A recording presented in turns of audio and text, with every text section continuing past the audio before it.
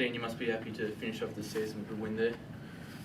Yeah, we didn't like, the game in Cairns the other night in regard to, obviously there was, it wasn't a heap to play for, but, I thought you just want to play the right way, and I thought we did the second half up there, so pleasing that we're able to, carry that through tonight, and we wanted it to be a kind of a playoff intensity about the way that we did things, and mistakes were a little bit heightened tonight for me, and if you're making errors, we need someone else to come in the game, and so I think everybody's alert to, and certainly not going to be scared of making mistakes, but to understand just how important every possession is, and so I think we got that out of the game.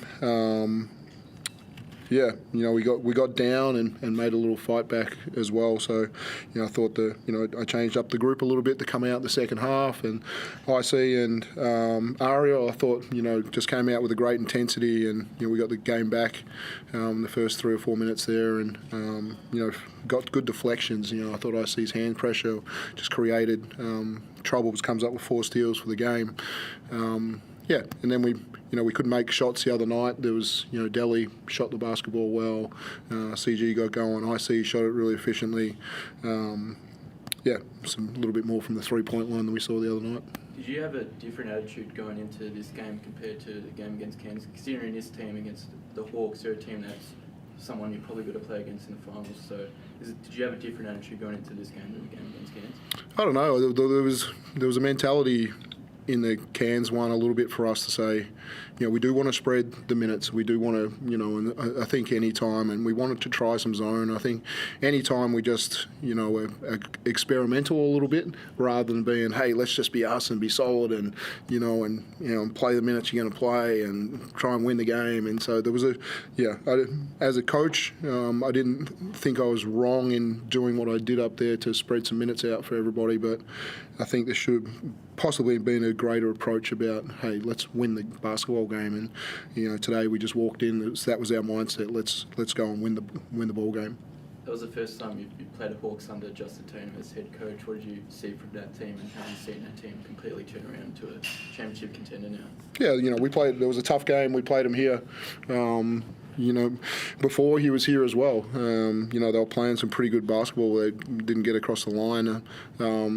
I think they're trying to play a little faster than they did before, and probably one of the best in the league after a rebound, after a made basket, and really trying to advance it and be quick. And I thought we handled that fairly well tonight, and one of the really pleasing parts of the game is to say, the refs were in playoff mode a little bit. To see a 17-10 foul count and only 10 free throws for one team, 11 free throws for the other team.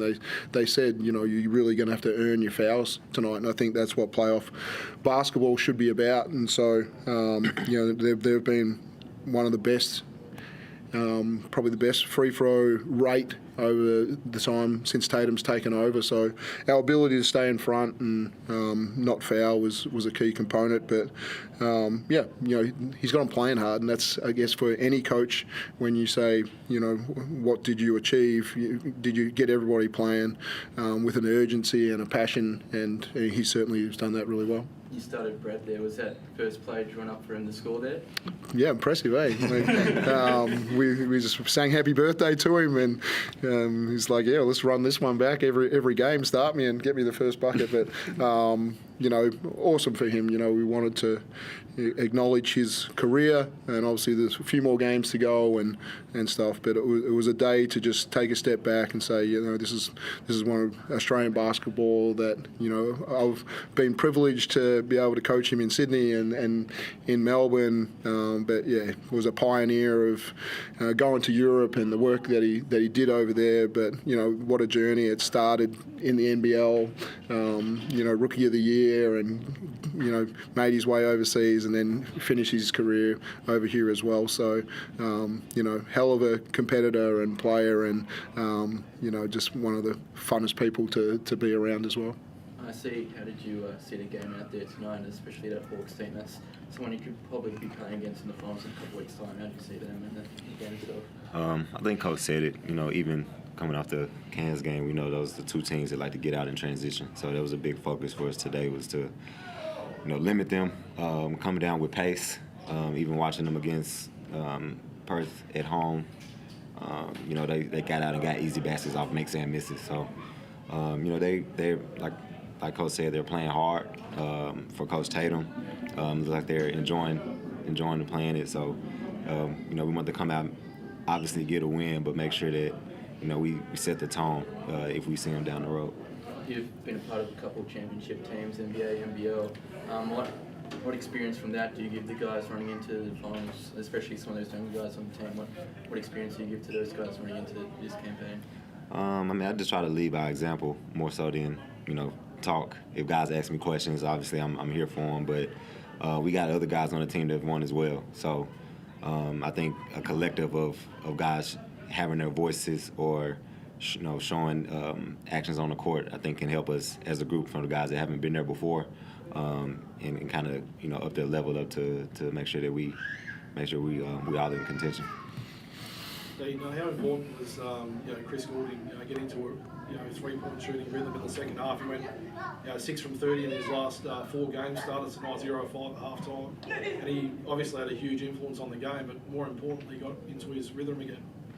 Yeah, we've been pretty successful when he shot 10+ threes, and so glad that he come out hunting, in the second half, and we start screening for him. We start, just making him another focal point and get him moving off the basketball. Everyone's going to make it difficult for him to move and get free. So, it takes everybody in the group to make sure we keep getting him good shots. But, I thought there was some ISO situations tonight as well where he just made plays and was able to pull up on people off his own dribble. And I thought there was a period in the middle of the season where we had others out and he was really doing that. So, it's important we don't, have the 3 imports. We've got a few guys that when it all breaks down can really go and create a shot, and he's one of them. I see another one, Joe, different guys, Delhi. But it's important to be able to have guys that can get their own shot, and I thought he found ways tonight. Tanner Krebs obviously got a knock, and I don't think he came back, did he, after that? Is there an issue for him going forward? No, not at all. I thought after the knock I went with Flynn in some backup minutes there, and I thought he was pretty good tonight. There was a couple of little errors he made, but went with him, and then CG was playing at a pretty good level that second half, so just kept rolling with him. So Tanner's going to be really important for us in the playoffs.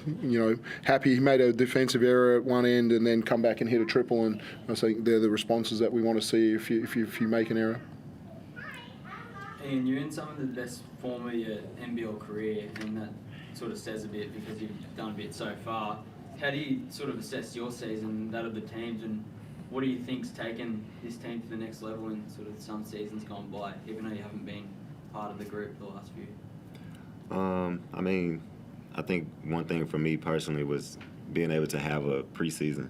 The last couple of years, coming in, halfway through, you're always the new guy. It's an adjustment period, and by that time, the guys are making playoff runs and things like that. So having a preseason and going through the blitz and being able to start the year, even though I was hurt for a good chunk of time, just being around the guys and building that camaraderie has helped me be comfortable. Coaches put me in the good positions. And I think we all play well together. So when in those kind of environments, I can be myself, and guys let me do that on the court. And but I think as a whole, we got different lineups that go out there, but you can plug and place a lot of guys and get the same results. You got guys that play for each other, they want to play hard, and they want to win. And I think that's the most important thing. All good. Cheers. Thanks. Thank you. Yep. Thank you.